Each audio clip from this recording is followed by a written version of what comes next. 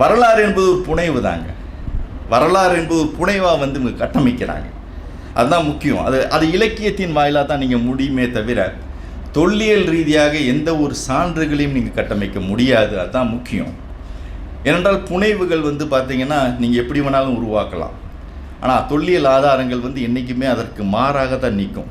எங்கே வேணாலும் நீங்கள் தோண்டி பாருங்கள், தோன்ற இடங்களிலெல்லாம் தொல்லியல் ஆதாரங்கள் அதற்கு முரணாகத்தான் என்ன செய்தி சொல்கிறதோ அதற்கு முரணாகத்தான் நிற்கும். ஆனால் இங்கு தமிழ்நாட்டில் தோன்றப்படுகின்ற செய்திகள் அவ்வாறு அல்ல. அதுதான் முக்கியம். தமிழ்நாட்டில் தோன்றப்படுகிற செய்திகள் மிக முக்கியமாக நம்முடைய சங்க இலக்கியங்களுடன் ஒத்துப்போகிறதுக்கு காரணம், சங்க இலக்கியம் ஒரு மனித வாழ்வியலை பற்றி பேசுகின்ற ஒரு மகத்தான இலக்கியம். அதுதான் முக்கியம். அது ஒரு புனைவு கிடையாது. சங்க இலக்கியம் என்பது ஒரு புனைவு கிடையாது. அது மக்களை பற்றியும் மக்கள் வாழ்வியலை பற்றியும் மனிதத்தை பற்றியும் பேசுகின்ற ஒரு இலக்கியமே தவிர அது எந்த மதத்தை பற்றியும் மத கருத்துக்களை பற்றியும் எந்த திணிப்பையும் செய்யவில்லை. அதுதான் உண்மையான அந்த இலக்கியம். ஆனால் இன்றைக்கி சொல்கிறாங்க அதெல்லாம் பெருமாள் இருக்கார், சிவன் இருக்கார், முருகன் இருக்கார், எத்தனையோ பேர் இருக்காங்க, இல்லைன்னே சொல்லலை. யாருமே இல்லைன்னு சொல்லலை. எல்லாமே இடைச்சொற்களின் விளைவாகத்தான் அவைகள் அந்த இலக்கியத்தில் நுழைந்தன என்பதுதான் இன்னைக்கு ஆய்வுகள் சொல்கின்ற செய்தி. ஏனென்றால் இடைச்சொற்கள் என்பது இலக்கியத்தில் வந்து கொண்டே தான் இருக்கும். ஏன்னா அதுக்கு தான் எக்ஸாம்பிள் நான் சொன்னேன். கீழடிங்கிற ரிப்போர்ட் நான் இன்னும் எழுதி கொடுத்தது வெளியே வரல. வெளிவராததுக்கு முன்னாடி மணலூரும் கீழடியும் மகாபாரதத்துடன் ஒப்பிடப்பட்டு விட்டது. எப்படி முடிந்தது? அதான் கதை. அந்த கதையை வந்து அதற்கு அவர்கள் சாட்சியாக வைப்பது நாங்கள் மேற்கொண்ட அகழாய்வும் தமிழக தொல்லியல் துறை மேற்கொண்ட அகழாய்வும் ஒரு சங்ககால நகரத்தை காண்பிக்கிறது என்ற ஒரு செய்தியை எடுத்துக்கொண்டு அதை மகாபாரதத்துடன் புனைத்து விட்டார்கள். அதை பார்க்கும் பொழுது தான் நமக்கே வியப்பாக இருக்குது. இப்படிலாம் கட்டலாமா இப்படிலாம் கதையெல்லாம் கட்டலாமான்னு நமக்கும் தெரியுது. ஆனால் இந்த வகையில் செய்து கொண்டிருக்கிறார்கள். அதையெல்லாம் தடுக்க வேண்டும் என்பது தான் எங்களுடைய ஆய்வுகள் எங்களை எடுத்து சொல்லுகின்றன. ஆய்வுகளை ஒரு ஆய்வாகத்தான் நாம் பார்க்க வேண்டும். இன்னை வரையும் பார்த்துருக்கோம். நம்ம தமிழ்நாட்டில் வந்து பல இடங்களில் ஆய்வுகள் செய்யப்பட்டுள்ளன. யாருமே அதற்கு மறுப்பதற்கில்லை, எந்த கேள்வியும் இல்லை. ஆனால் அந்த ஆய்வுகள் என்ன சொல்லியிருக்குங்கிறது யாருக்காவது தெரியுமா? அதான் இதுவரையும் யாருக்குமே தெரியாது. நமக்கு கீழடிக்கு முன்னால் கீழடிக்கு பின்னால் என்று 2 காலத்தை வந்து நீங்கள் பிரிச்சுக்கலாம்.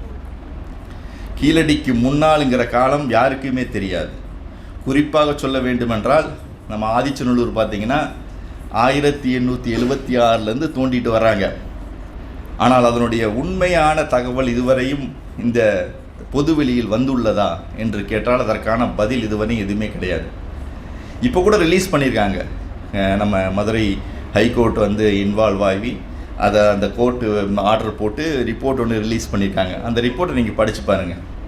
அந்த ரிப்போர்ட்டை படித்து பார்த்தீங்கன்னா அந்த தோண்டியவருக்கும் ஒன்றும் புரியாது, அந்த எழுதினவங்களுக்கும் ஒன்றும் புரியாது. ஏன்னா தோண்டினவர் வந்து சத்தியமூர்த்திங்கிறவர் தான். அவர் தோண்டினார். சாருடைய ஒரிசாவில் இருக்கும் பொழுது அவருடன் பணிபுரிந்தவர்.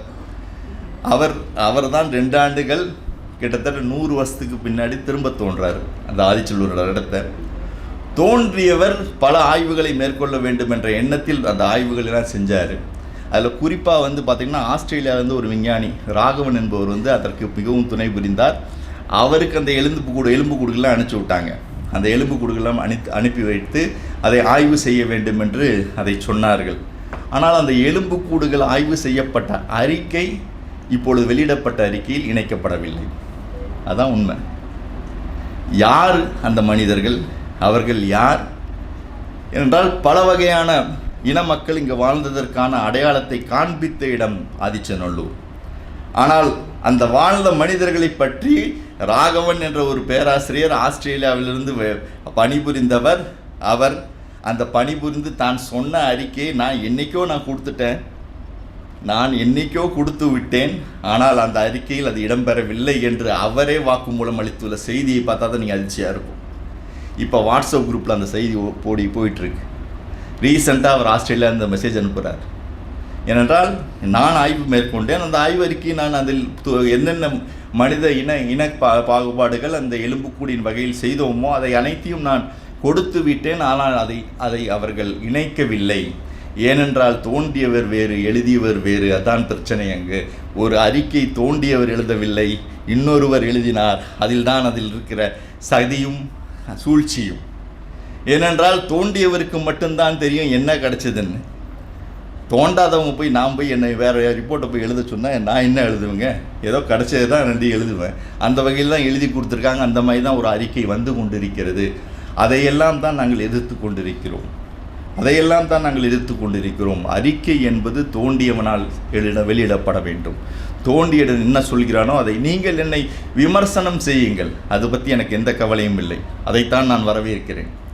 ஆனால் என்னுடைய அறிக்கை சரியில்லை என்று ஒரு ஆய்வு செய்யாத ஒரு அறிஞர் எப்படி சொல்ல முடியும் என்பதுதான் என்னுடைய கேள்வி. ஏன்னா நான் ஆய்வு செஞ்சுருக்கேன். ஆய்வு செஞ்ச அறிக்கையை ஆய்வு செய்யாத ஒரு அறிஞர், அந்த இடத்தையே பார்க்காத அறிஞர், இதெல்லாம் நீங்கள் மாற்ற வேண்டும் என்று சொன்னார். அதற்குத்தான் நான் மறுப்பு தெரிவித்தேன். இல்லை, இந்த காலம் அகழாய்வின் மூலம் வந்த முடிவுகள், இந்த முடிவுகளை யாராலும் மாற்ற முடியாது. அது என்னுடைய கருத்தாக நான் அந்த முடிவுகளை முடிவாக சொல்லிவிட்டேன். இது அகழாய்வுகள் வேறு ஒரு அகழாய்வுகள் செய்து நீங்கள் வேண்டுமென்றால் முடிவுகளை மாற்றிக்கொள்ளுங்கள். ஆனால் வேறு அகழாய்வு செய்தாலும் புதிய தகவல்கள் தான் அந்த இடத்தில் வந்து கொண்டு இருக்கிறோம். அந்த தகவல்கள் இன்றும் வந்து கொண்டிருக்கிறது தான் இயல்பான ஒரு செயல். அந்த ஒரு செய்தியை நம்ம செய்ய மாட்டேங்கிறோம். அதுதான் அங்கே பிரச்சனை. ஏனென்றால் ஒரு ஆய்வு செய்த அறிஞன் அந்த அறிக்கையை கொடுக்க வேண்டும். இது போல ஆய்வறிக்கைகள் பல தமிழகத்திலிருந்து ஆய்வறிக்கைகள் வராத காரணத்தினால் இன்று வரலாற்றில் நாம் சரியான நம்முடைய வரலாற்று புரிதலை நாம் மக்களுக்கு எடுத்துச் செல்ல முடியவில்லை.